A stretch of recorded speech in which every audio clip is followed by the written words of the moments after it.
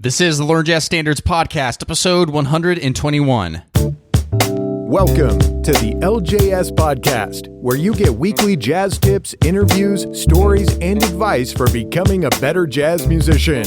And now your host. He's a jazz musician, author, and entrepreneur, Brent Vaartstra. All right, what's up? My name is Brent. I am the jazz musician behind the website LearnJazzStandards.com, which is a blog, a podcast, and videos all geared towards helping you become a better jazz musician. Hey, I want to thank you if you're a regular listener. I appreciate you listening week after week. And for those of you who are listening for the first time, a special warm welcome. You're in the right place if you want to become a better jazz musician and you want to join all of us in our journeys to working on that, to becoming better musicians in general, but understanding jazz and how it works. And I'm going to help you do that today. I have an episode planned for you. It's a little more of a jazz theory episode. Today we're going to be talking about secondary dominance and backdoor dominance, making sure we understand what those are, whether this is something you understand already or not. I think this is a good episode to dig into. You know, I have a rule that I talk about in my jazz theory book called Zero to Improv, and it's called the Jazz Improv Rule. And that rule is, in order to become better jazz improvisers, we have to understand jazz harmony, right? I mean, we need to be learning language by ear, all that stuff. But if we understand how these chord progressions work and how we can analyze some of this stuff, it can really open up the doors for us to intellectually understand some of this stuff. So we have some names for chords, fancy stuff. Today, secondary dominance, backdoor dominance. There's so many others. We're just going to be diving into these two today, making sure we understand them. Hey, I want to make sure that if you're not subscribed to the show, make sure you subscribe on iTunes or your favorite podcast listening service. I don't want you to miss anything that we're coming up with. I'm really particularly stoked about the next month or so of this podcast. I'm getting really fired up. We have an incredibly great guest lined up for next week. I don't want to tell you who it is because I definitely want you to stick around for this one. Very excited. But after that, we are going to be diving pretty deep.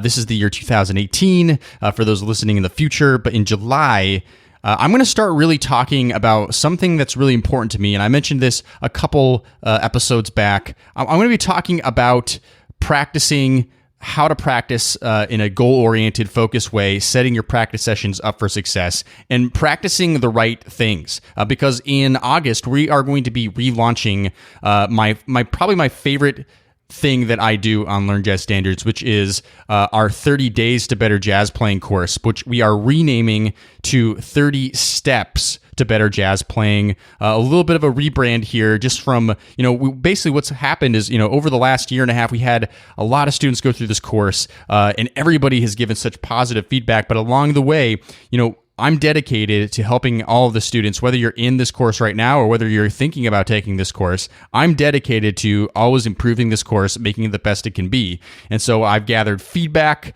from students. I'm adding more resources. I'm adding more materials. I'm adding more supportive stuff. We're just changing up the format just ever so slightly. Again, for those in the course, nothing to worry about. Keep plugging through. Nothing is drastic as far as the course content.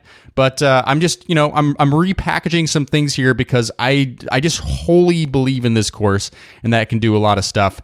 So I want you to stay subscribed. Make sure you're listening in because I want to just give away as much value as I can, whether or not you end up taking this course in August. So make sure you are plugged into that. But I am just so stoked. Me and the team are working really, really, really hard to get this all put together for August. And along the way in July, we're going to have some special guests from actual students and people that are in this course. I'm just going to help them out. I'm going to help them out further. And it's going to be fun because we're all going to learn a lot together. So make sure you are subscribed. All right. I am chatting away. Let's get into today's main topic. Here we go.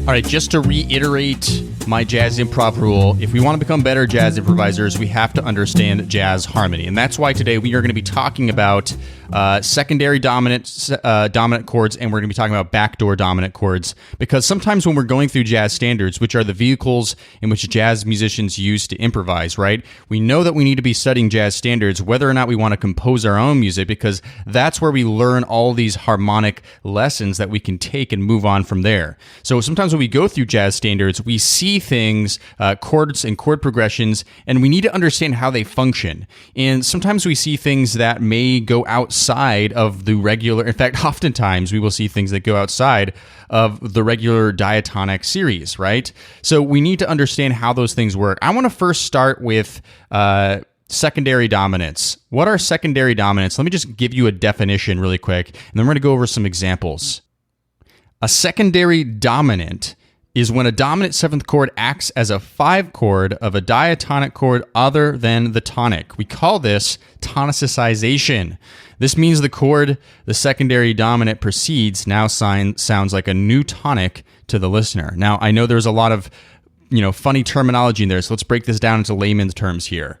Okay, first we have to understand a 5 chord is always going to resolve to the 1 chord. Okay, 5 to 1. It's that pull to the tonic. The tonic is that key center. That's what we mean by tonic. So in the key of concert C major, the 5 chord is a G7, right? And the 1 chord is a C major 7 or C major 9, whatever, any variation of. So G, you can alter that. Now you hear the resolution there? There's that pull from the 5 to the 1, from that 5 chord to the tonic, which is C, okay?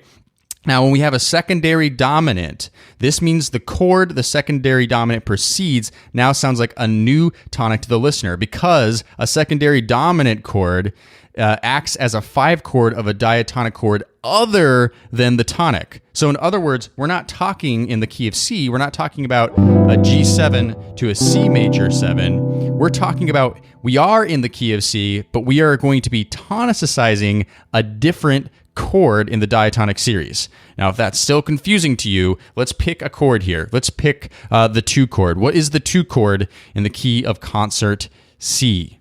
Okay, we have C, and then what? D minor 7. Okay, that's what it is. If you go through the diatonic series of 7th chords, the 2 chord is D minor 7. So let's pick D minor 7. What we're going to do is we're going to set up a secondary dominant that goes into D minor 7. So first of all, what would be the 5 chord of D minor? Okay, this is where we're tonicizing that D minor, okay? What is the 5 chord? Think about it for 1 second. It's A7, right? A7, C minor 7, C minor 7, D minor 7, right? So we have A7 or A7 alt because we like hearing that altered sound, or flat 9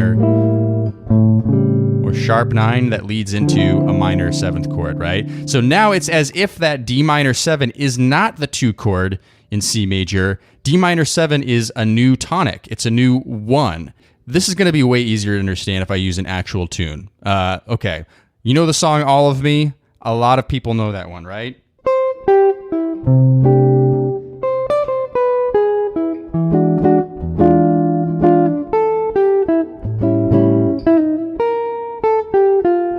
Okay, this is a great example of a secondary dominant. We are in the key of C, just like I was using as an example.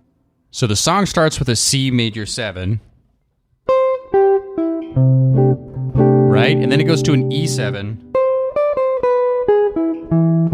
Okay, that E7, you can think of that as a dominant 3 chord, but there's another way I would look at it, but it's going to get to my point in a second here. Then we go to an A7, right?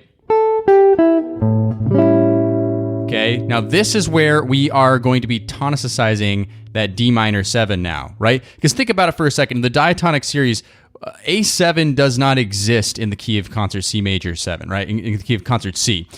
The 6th chord would normally be a minor 7th chord, an A minor 7.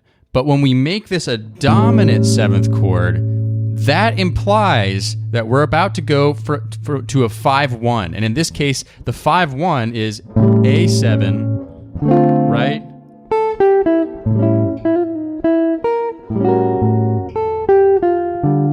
It's that that A7 to D minor 7. Now, we fully understand that if we want to just relate all this back to the parent key center, that A7 is like the dominant 6th chord of C major 7. We understand that D minor 7 is the 2 chord in C major, right? We understand that, but what a secondary dominant is doing, it is making it seem to the listener that we are approaching a new tonic, and that new tonic in this case is D minor 7, okay? So again, we start with C major here.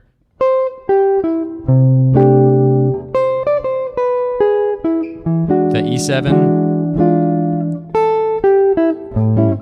A7,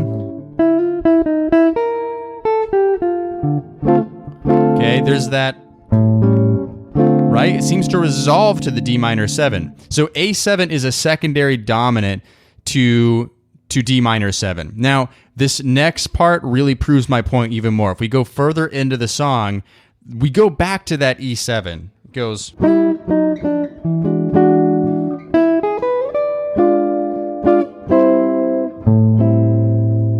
So you hear this last chord here. This is an A minor 7.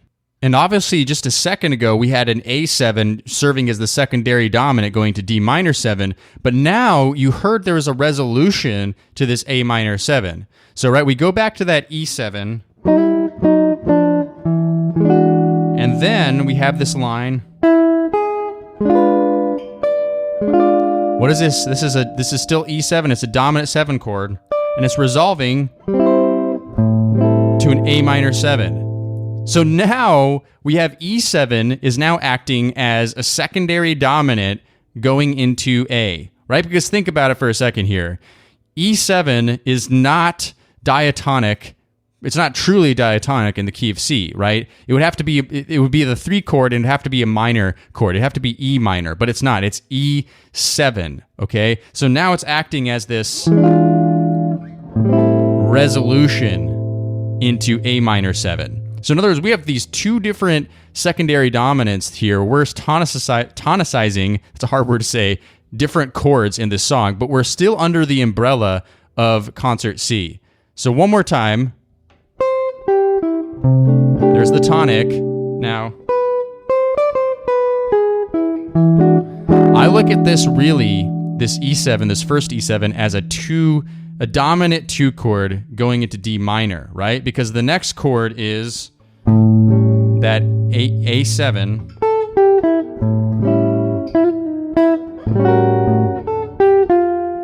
D minor 7, which is the 2 chord in C major 7, but it's being tonicized, right? So it's really feeling like a 1 chord. But then we go back to that E7. But now, this E7 is acting as a dominant 7th chord that resolves to the A minor 7. So it's the 5 of the A minor 7, which feels like the 1. But again, what is really A minor 7? It's the 6th chord in C major, right? It's the 6th chord in C major. It is a different diatonic chord in the umbrella of C without being the parent tonic, right? Which is C, C is the 1 chord. Does that make sense? It can be kind of confusing to think about.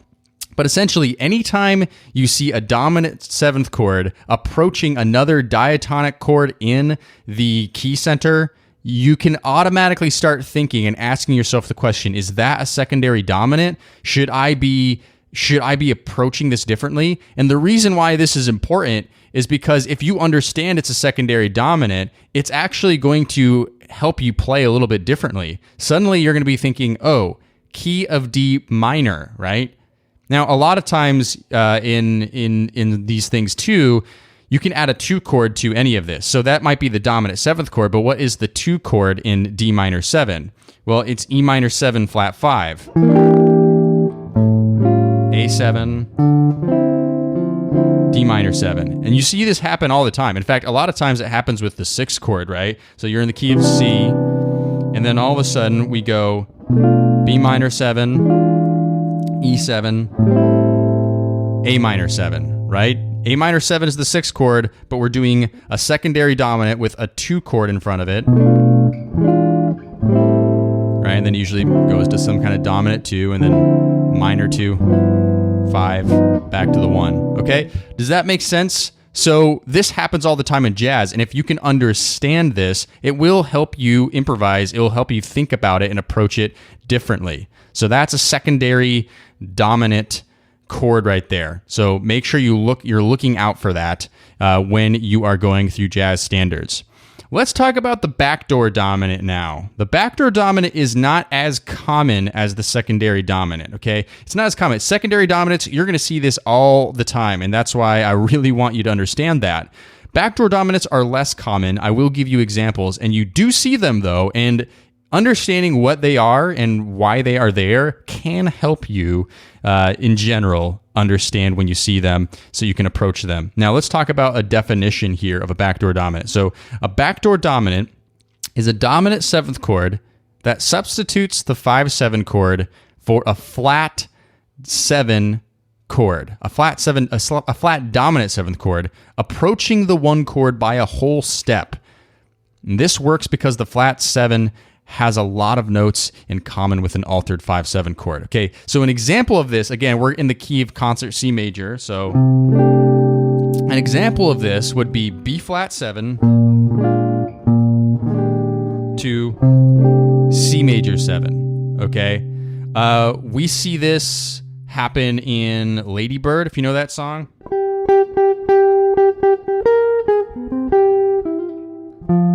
So what happens there? It goes da da da da da da da, F minor 7, B flat 7, and then to C major 7. That B flat 7 is a backdoor dominant leading to C major 7. We're going to go over more examples here of this with Stella by Starlight, actually, in 1 second. But let's talk a little bit further about this. Why does this work? As I said in the definition, that flat dominant 7 chord, that flat 7 dominant 7th chord, has a lot of notes in common with the altered 5 chord. So first of all, what is the 5 chord in C major 7, right? It's G7, right? G7. Now specifically, the backdoor dominant has a lot to do with more like a G7 flat 9, right? Which is totally fine because all the time we alter extensions in 5 chords or dominant 7 chords in order to create more resolution to that tonic, to that 1 chord.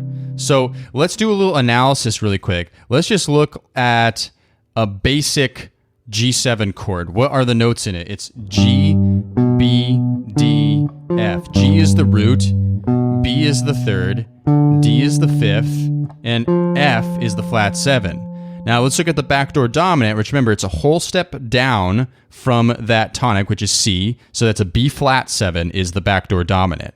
So that's B flat, D, F, A flat, right? So root, 3rd, 5th, flat 7. Well, let's look at each note in the backdoor dominant chord and compare it to G7, the 5 chord in C, right? So now B flat is like the flat 3 in a G7. Now that sounds weird, but you can also think of that as the sharp 9, right? If you want to just say it's an extension stacked on top, it's like a sharp 9. So already we got some altered quality here. Now the D is like the 5th in G7, right? That's a really structural chord tone right there. So that makes sense. The F, which is the 5th, right? The 5th of B flat 7 is like the same note as the flat 7 of G7. Now flat 7, that defines the dominant 7th chord. So far that makes sense. Now the A flat, which is the flat 7 of B flat 7, is like the flat 9 of G7, right? I was just telling you that's why they have these in common, that flat 9 in common, right? That's the G7 flat 9 right there. You hear that. And then this right here, that's the B flat 7, that flat 9 on top, which is the flat 7 of B flat 7. Does that make sense? So if we want to understand where the G fits in the picture, the root, right? The root of the dominant of the 5 chord, G7, where that fits in with the backdoor dominant. Well, a G is like a 13th in B flat 7, right? That's the 13th of B flat 7. So that we can basically substitute a B flat 13 instead of that G7. And the reason this works because there's that they connect with each other, right? There's this forward movement that connects it together, right? In the case of Lady Bird, I was just talking about, or whoops, it goes C major 7, the tonic, to F minor 7 to B flat 7. Now F minor to B flat 7, what is that? F minor is the 2 chord to B flat, right? So it's 2 B flat, and now you would normally expect that to resolve to an E flat major 7, but this is now acting as a backdoor 2-5 chord progression into C major 7. So we have C major 7, then F minor 7, or that's like the minor 4 of C major 7, F minor 7, B flat 7, so a 2-5. The 5 is the backdoor dominant, resolving, right? Now, the reason it sounds good is because there is forward motion and resolution. So not only does it share those altered chord tones and in structural chord tones with the 5 chord G7, it has that forward motion that makes it work, that makes it sound good, okay? Let's use another example. Let's use Stella by Starlight, because Stella by Starlight is one of those tunes that confuses the heck out of everybody, and understandably so. So it starts on an E minor 7 flat 5. At least that's what everybody plays. So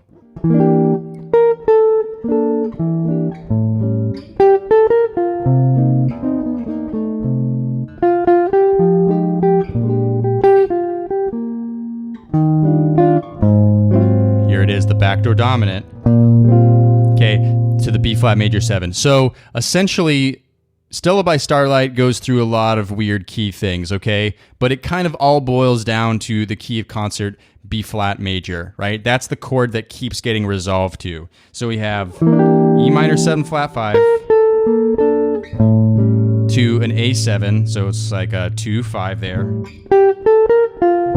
Now we have C minor 7 to F7, that's like a 2-5 going into B flat major 7, but it doesn't go there. It goes to F minor 7 to B flat 7 to E flat major 7. Now E flat major 7, that's like the 4 chord in B flat major, right? So we have a 2-5, 1 to E flat major 7. But then it goes A flat 7 and resolves to B flat major 7, which is the 1 chord. Well, right there, we have a secondary dominant, right? That's a secondary dominant. So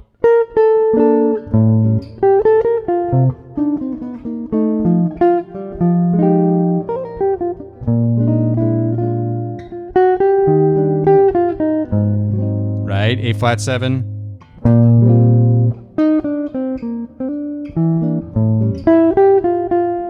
D minor 7. Now here is a 2-5 secondary dominant here. Check this out. Then it goes B flat minor 7, E flat 7. Now that's a 2-5 going into A flat major 7, but doesn't do that. It resolves to F major 7. Weird, right? But it's not completely weird if you understand that B flat minor 7 and E flat 7 is the secondary dominant. Or sorry, the backdoor dominant. No, we just talked about second. We're on backdoor dominants now. The backdoor dominant leading into F major 7, right? E flat 7 is a whole step down. It is the flat dominant 7, the flat 7 dominant 7, it's so hard to say, of F major 7, right? So it's a backdoor dominant. So we have 2 backdoor dominants there just in the first part of that song. We have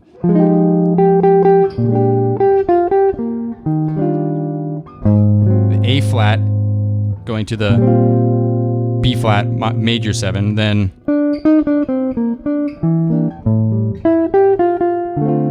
here we have B flat minor 7, E flat 7, the backdoor dominant to the F major 7. Does that make sense?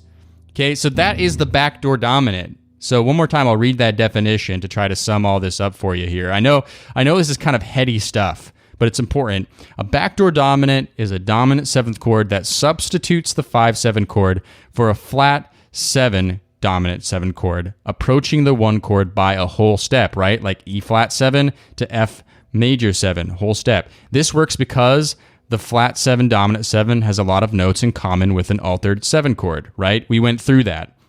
And one more time, I'll actually go through that. So just like how we talked about in Stella by Starlight, that A flat 7 is the backdoor dominant going into the B flat major 7. Think about it. The A flat is like the flat 3 or the sharp 9 of F7, which is F7 is the 5 chord that leads into B flat, right? And then C is the 3rd of A flat 7, but it's the 5th of F7. And then E flat is the 5th of A flat 7, but it is the flat 7 of F7. And then G flat is the flat 7 of A flat 7, but it's the flat 9 of F7. So, right, you see those, it has those tones in common with it, right? So yeah, if this is kind of tricky stuff for you, don't worry. Go to the show notes today. It's going to be learnjazzstandards.com/episode 121. And actually, recently we had one of our writers at Learn Jazz Standards, Josiah Bornasian. He's been on this podcast before, and he'll probably be in the future soon. He wrote an awesome lesson about backdoor dominant 7th chords, and he has a lot more visuals there for you and even explains this in further depth. So if any of this is kind of confusing you, simply use this podcast to open the door into that. So go to the show notes and check that out today. Okay, so we have secondary dominant chords, we have backdoor dominant chords. You know, these are, the secondary is very common, the backdoor is less common, but these are things that I want you to look out for when you're going through jazz standards, because the more you understand this stuff, the better improviser you will be, because you will understand what you're actually looking at.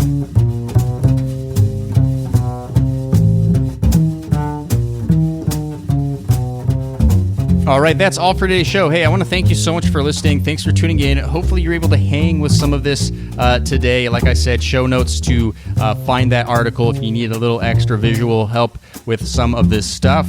But hey, you know, this is important stuff. If you like analyzing jazz standards, if you think this is helpful for you to do stuff like this, this is entirely what we do in the Jazz Standards Playbook. It's an ebook and a companion course. It is analyze jazz standards, look at the harmony, try to figure out the lessons, and apply it to our jazz improv. So if you're interested in that book and that course, go to thejazzstandardsplaybook.com to check that out.